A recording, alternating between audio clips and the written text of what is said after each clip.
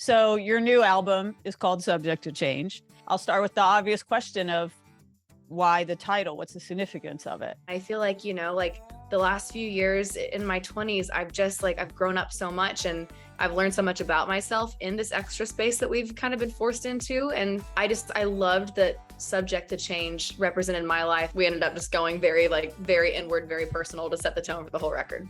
Well, one time that you recently went very inward and very personal is with the book of poems that you wrote last year called Feel Your Way Through. Yeah, I guess I am wondering how this might be a companion piece to that. Writing Feel Your Way Through ended up really being, it was super cathartic, obviously, because I did some of it's light and some of it's like funny stories and some of it's stuff that I've just certainly never talked about before and covers a lot of trauma. And I felt so free releasing that book. And I think it unlocked this part of my creativity, but also just like my soul, as crazy as that sounds. And so I felt like the way that people connected to that gave me the confidence to kind of keep pushing in that direction. So there are certain songs that are, you listen to and it's almost a little jarring how honest it is. I would say Marilyn and Doing My Best are the two that are probably the most open my chest up. I'm so glad you said that because literally those were the first two songs I was going to ask you about. So I guess I picked up on that as well. So I'll get right into it. Doing My Best was definitely the first one. When that song you mentioned about, an incident of getting your ass kicked on Twitter, I assume that is about the tweet you did about Morgan Wallen. I feel like you had some regrets about the tweet, like how it was worded or something. Oh gosh. That. Yeah, I honestly, I haven't had Twitter since, and it was a good lesson for me. I think I'm a chronic people pleaser, and I think being an artist and a public person, I've really had to learn how to stand up for things that I believe in. And sometimes when you're doing that, you're gonna stumble and you're gonna do it wrong. And I didn't do it all the way right. And I got my ass kicked and I learned a lot from it. And I take ownership of that fully. I think that the intention is one thing, but I think the rebuttal to it was not acknowledging the systematic racism that has occurred, right, which I fully understand. And again, I step back, I listen, I learn. I honestly think it was after that incident that I kind of realized that I had a choice, and it was do I just shut up and just post the pretty parts of my life and just not open myself up to this anymore because I'm really sensitive and I feel it all, and I think that's what makes me good at my job? Or do I work on myself personally, in therapy, and do all the things to make sure that I'm doing the work on myself and learning the things that I need to be learning to be a good person, and stay open and find the tools, on Instagram, they have these filters where you can put in words that are trigger words for you, and you never see them. So if someone comments a certain word, it just never even makes it to my feed, so I don't see it. So I found ways to protect myself and then stay open, because that's who I want to be at the end of the day. And I also do not miss Twitter literally at all. In your poetry book, you wrote one of the poems that got a lot of attention was Kangaroo, which was about body dysmorphia and trigger warning about eating disorders and things you've been through like that. So that ties into the other song that you mentioned that was kind of one of the most emotional songs for you on Subject to Change, which was Marilyn. To me, Marilyn is she's a metaphor in this song for me. Marilyn in this context represents a woman who presents herself in one way and deeply feels another. And I think that I certainly relate to that. And I think that with social media, maybe everyone relates to that. And I just loved the idea of using this iconic, beautiful woman who has such an intricate and emotional story as this metaphor for literally all of us. Well, one thing that I think is interesting is, you've been for a while now a real advocate for mental health awareness. I feel like you're one of the leading voices in the country world about this. I can't really speak for the whole genre, but I know for me, I definitely, growing up in Knoxville, Tennessee, it was never something that anyone talked about. I didn't even know the term mental health. I personally, I was forced into therapy twice from two different things that happened to me when I was younger.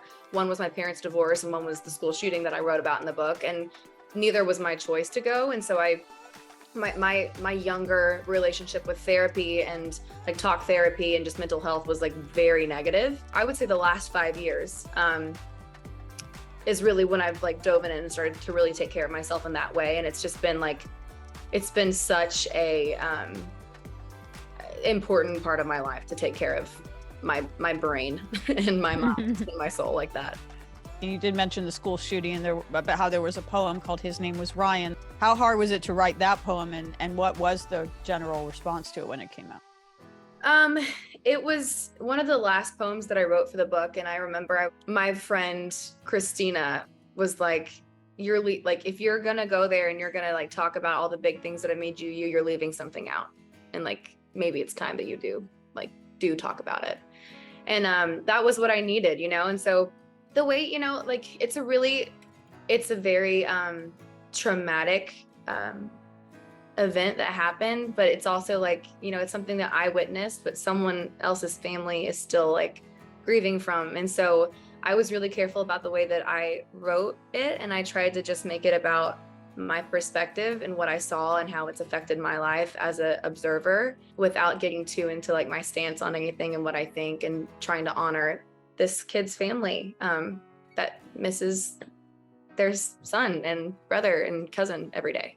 Did you feel any closure about, you know, certain chapters of your life from writing about these things that have happened to you? Yeah, I think closure in some ways, but also like openness in others. Like closure and the fact that it's no longer something that's just like living in my body, but openness to like, now it's out there and it's something that I'm like willing to have conversations about. And I think, again, like when you talk about big things, whether it be body dysmorphia, eating disorders, gun violence, families breaking up, whatever it is, when you're able to like have a conversation about something, you automatically build community. And when you have community, you are able to move through things more healthily and quicker, I think. And also like, it's something that I like still suffer from PTSD about, you know? And so like, I'm a performer, I'm on stage a lot, and like, I have to be told if there's pyro around, you know, or else it's like not a good day for me.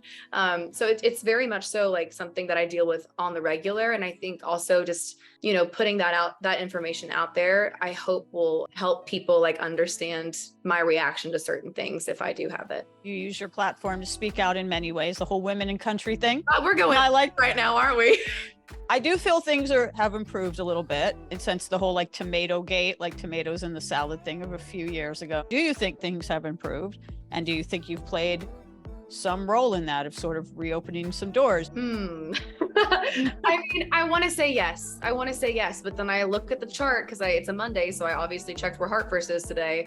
And I think there's like 3 women in the top 40. So I don't know. All I know is what I'm in control of. And what I'm in control of is showing up as a woman in country music, lifting other women up that I believe in, writing with other women, working with women producers, working with women on my team. I do have a collab on this record with Carly Pierce, who I've just known for like 10 years. We've seen each other through so much life and through like every season of our careers. And I have always wanted to do a song together, have it. And then Kelly Clarkson, who has just been like my freaking idol, like from the very beginning. I asked Kelly to be a part of the song, and she did vocals that night. It's called You're Drunk, Go Home. And it's just like, it's like a country little sass bomb. So I'm really excited about that. And I love having 2 women from separate genres that all like respect each other, like be a part of it. Like, I just want to surround myself with epic women creatively in a business sense. That's what I'm in control of. And I think that when more women are able to like, you know, have the opportunity to do that, like that's how real change happens. Tell me about how your fans have been reacting to your journey. It's been really interesting and really gratifying in meet and greets now, because I would say it's like half the people that I meet talk about the book and half the people talk about music. And so my musical journey has been a lot longer than the book journey. So just even having that kind of impact, knowing that it had that kind of impact on people, I think made me feel really like free and really like open to continue to write songs like the ones that we just talked about that kind of do go deeper. And so I just feel like the more in depth I can go into those topics that I feel strongly about, the better.